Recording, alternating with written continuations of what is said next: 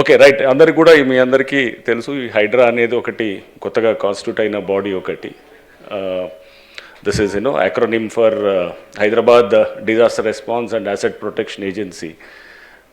So దీని గురించి already enough of this thing has come in the media and also in various other social media also.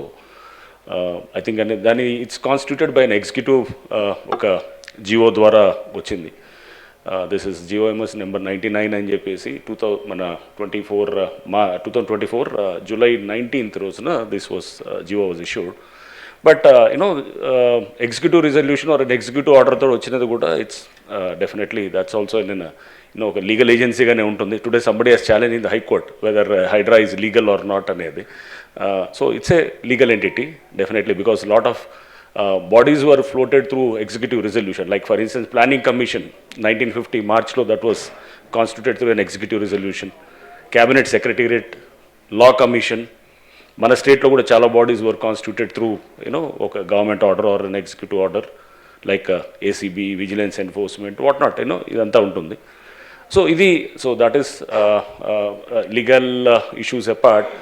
Shortly there is an ordinance which is likely to come up probably in the next month or so.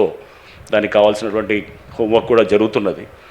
So powers under various acts will be delegated on to HYDRAA. ఆర్డినెన్స్కి అంటే దానికి first కొంత it is preceded by some ఇప్పుడు వాల్టా కిందో లేకపోతే ఒక municipal act కిందో లేకపోతే GHMC act కిందో ఇట్లా irrigation act కిందో ఇట్లా రకరకాల యాక్ట్స్ కింద ఆ పవర్స్ని డెలిగేట్ చేయడానికి ఆ డిపార్ట్మెంట్స్ నుంచి lot of information is being taken and తర్వాత ఒక పాలసీ డాక్యుమెంట్ కింద once it gets approved in the cabinet then an ordinance will be formulated. Ordinance తర్వాత న్యాచురలీ నెక్స్ట్ అంటే అసెంబ్లీ సెషన్లో within 6 weeks it has to be passed as a legislation. So that's how the general ఇది ఉంటుంది కాబట్టి. But this apart, I mean, see, we are mainly into two main issues. One is the disaster management or the disaster response, whatever you call, and the other one is the asset protection.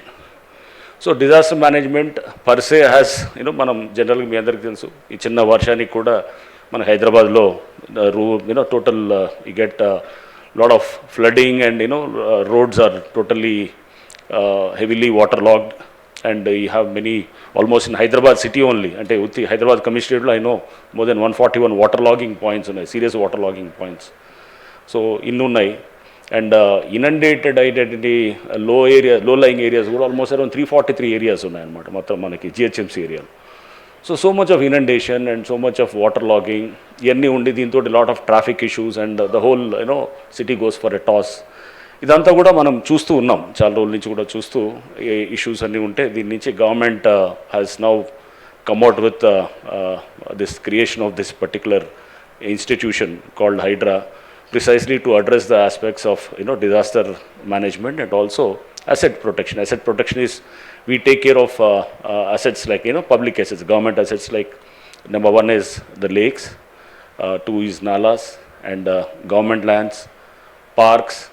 And even in the layouts also, we have a lot of public spaces, right, which are meant for public use, like probably some common facilities like buildings or like a clubhouse or whatever, some school kosam earmark chesina place, so roads untai, and even traffic related encroachments also. These are all within our domain actually.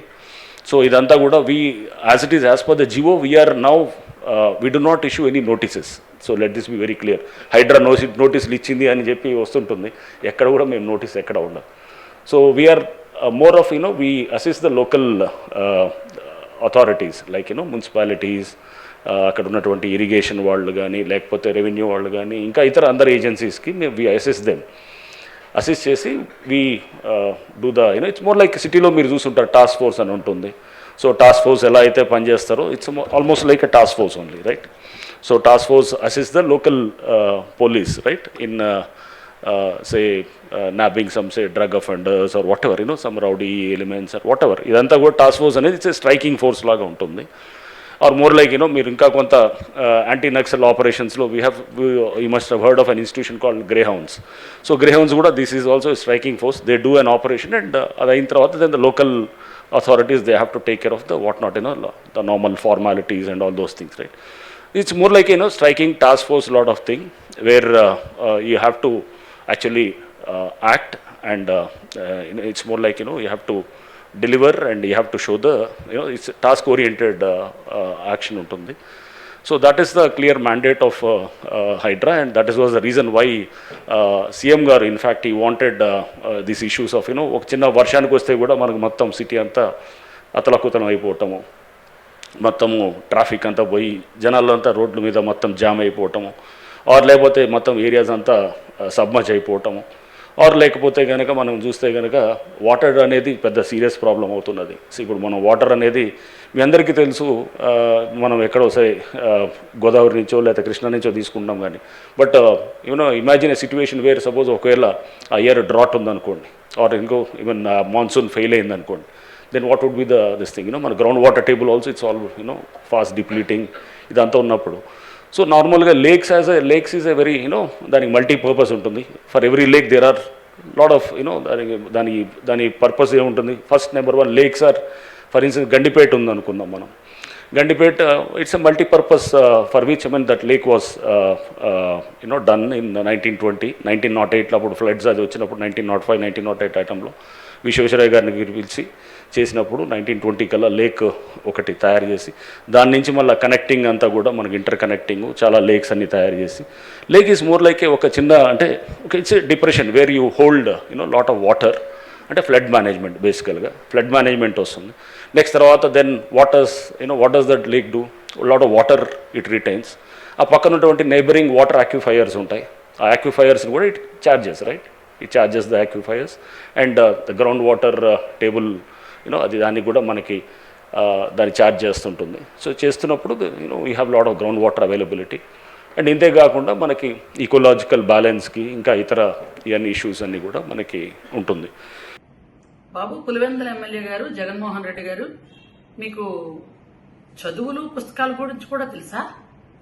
మీరు ఎక్కడ చదువుకున్నారు? మీ school ఎక్కడ చదివారు? College ఎక్కడ చదివారు? ఏ యూనివర్సిటీలో చదివారు? ఎంతవరకు చదివారు? మీకు చదువుల గురించి తెలుసా? మీరు లోకేష్ బాబు గారి గురించి మాట్లాడతారా? లోకేష్ బాబు గారు ఎక్కడ చదువుకున్నారో మీకు తెలుసా అసలు? దాన్ని స్టాన్ఫర్డ్ యూనివర్సిటీ అంటారు. మీద